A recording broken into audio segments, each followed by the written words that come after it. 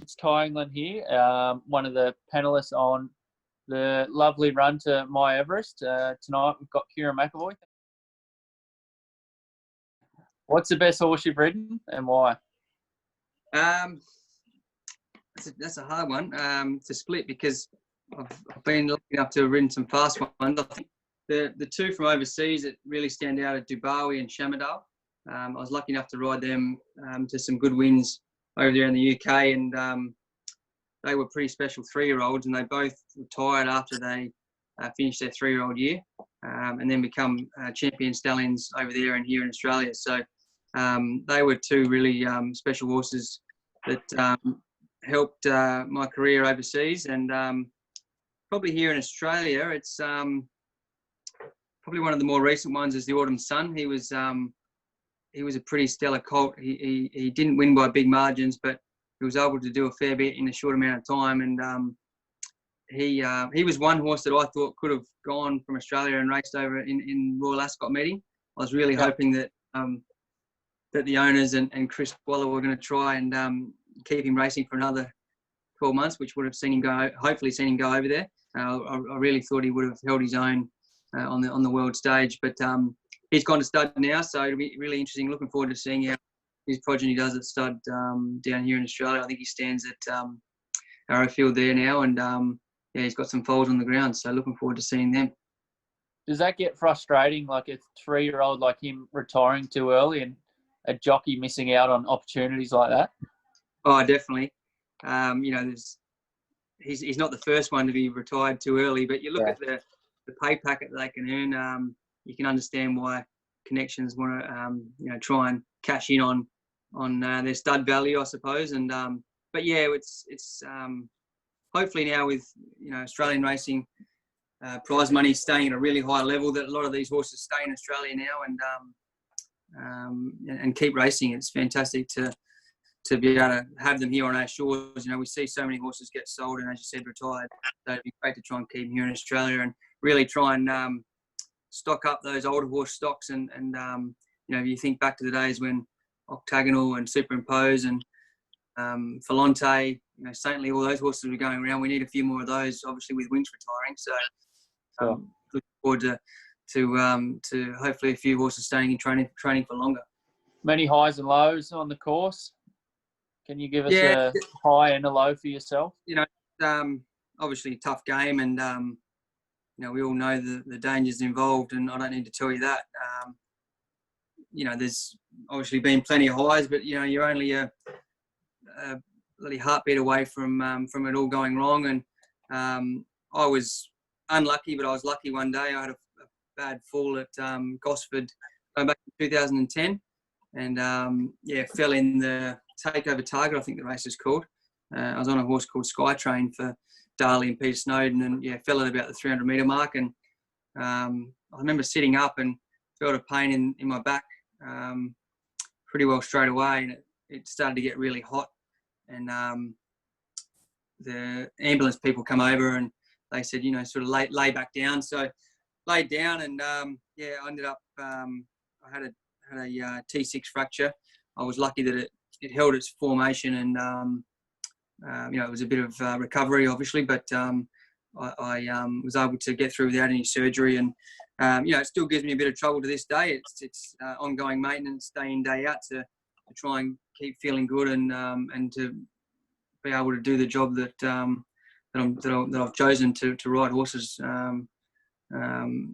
day in, day out. So, but I'm lucky to do what I love. And as you said, it is a great game. But when we sign up, we know the dangers, and there's plenty of lows, but there's some great times as well. Yeah, for sure. You've won 2 Everest now. What one was better, the first or the second? That's a good question, actually. I reckon the first. It was a case of it was raining all day, and Redzel was sort of the forgotten horse a little bit going into the first, and we were able to park outside the leader there. I think we drew about 7 or 8, and Jeff Lloyd was on the leader, Hootson, and parked outside the leader. I remember getting to about the 600 and thinking, geez, this is going pretty well to plan. And who did you ride in the first Everest? Were you on trapeze, or was that a different year? No, that was the second Everest. My first Everest I rode fell swoop for Matty Dale. Yeah, and that's right. The second on trapeze, I remember watching the vision that you had on your helmet. You were sort of back outside me, weren't you? Yeah, I was able to have the footage that they had on trapeze was incredible. It followed you pretty much the whole way, and the raw emotions after the race. That was it was pretty cool. Great race, and it's been really pretty lucky to have been able to win too. What a great horse Redzel was. He was able to get everything go to plan on both those big days. He was a bit of a funny horse, Redzel. He didn't like it if he got crowded up, and if he got crowded, he would lose his momentum straight away, and his race would be over. And where was he in the run, the lead up to the second Everest? Because I remember when we pulled up, I said to you, literally just after we pulled up, I said, Kerrin, we're in trouble here if we're going to try and win the Everest on these two. Because they both went, they didn't go as good as we thought. Just in the lead-up run? Yeah, that was into the lead-up into the second Everest.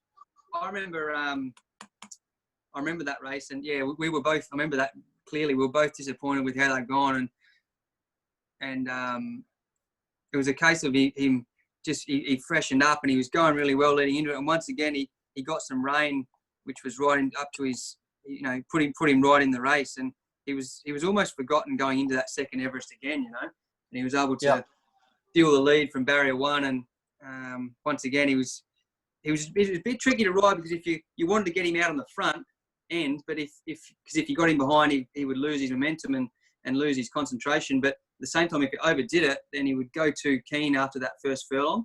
So it was a real fine line between getting it right and getting it wrong. But I was lucky to be able to get it right for him on both those occasions. And the second one was not far behind the first one, but the first one was it was pretty exciting, that's for sure.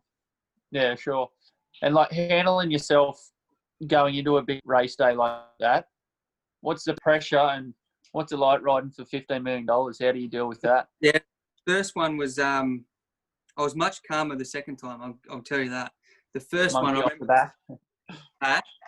I said the monkey off the back. You've already got one under your. Yeah, I was much more relaxed. But the first one, because it was such a new day, I think we got there. I remember the build up to the race there at Randwick in the jocks room. It was really different. Everyone went eerily quiet, and it was $15 million race, and so it was such a unique day, because it was in its infancy, the race. So I was taking big deep breaths on that first day. I felt the pressure, not so much because I was in the market or anything, but just that I thought he's got a huge chance, and it wasn't until I got on the horse's back that, same thing. You get on the back of the horse and you relax. That's all you want to do on those big days. Yourself, Tye. You just want to get there, even if it's not up there, whatever. You just want to get on the back of the horse in the main race, and just get it done with. Yeah, and just get there, and then you're right. You say, right, I've got here. Last thing you want to do is, have a bloody incident leading up to the main race. You just want to get on the main race of the day. So, same thing.